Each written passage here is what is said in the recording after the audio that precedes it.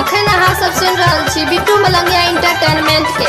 अभी आप सुन रहे हैं तेनवाई से माँ दुर्गा म्यूजिक की प्रस्तुति। पुराना मन होली है भौजी पहिन के देबई रंग लगाई करतै माई माई भौजी बहिन के देबै रंग लगाई करतै माई माई चोली के भीतर पीछा करिया देबई घुसाई करतै माई माई चोली के भीतर पीछे करिया देबै घुसाई। होली में मन करे चभर चभर, होली में मन करे चभर चभर, डाल देबै रंग लगाई के कबर, बोला देख देख रे सारा होली है डीजे बिट्टू मलंगिया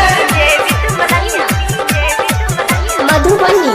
ललकाया वीर लके रंगबै दुनु गलिया रंग दुनु गलिया, रंग दुनु गलिया, देबई ओकरा हुमचाई होली है देबई ओकरा हुमचाई करतै माई माई भौजी बहिन के देबै रंग लगाई करतै माई माई। चोली के भीतर पीछा करिया देबई घुसाई करतै माई माई चोली के भीतर पीछे करिया देबै घुसाई। भौजी के बहिन छै बड़की खेलाइ, भौजी के बहिन छै बड़की खेलाइ, आ जखने हम मोन डीजे बिट्टू मलंगिया मधुबनी।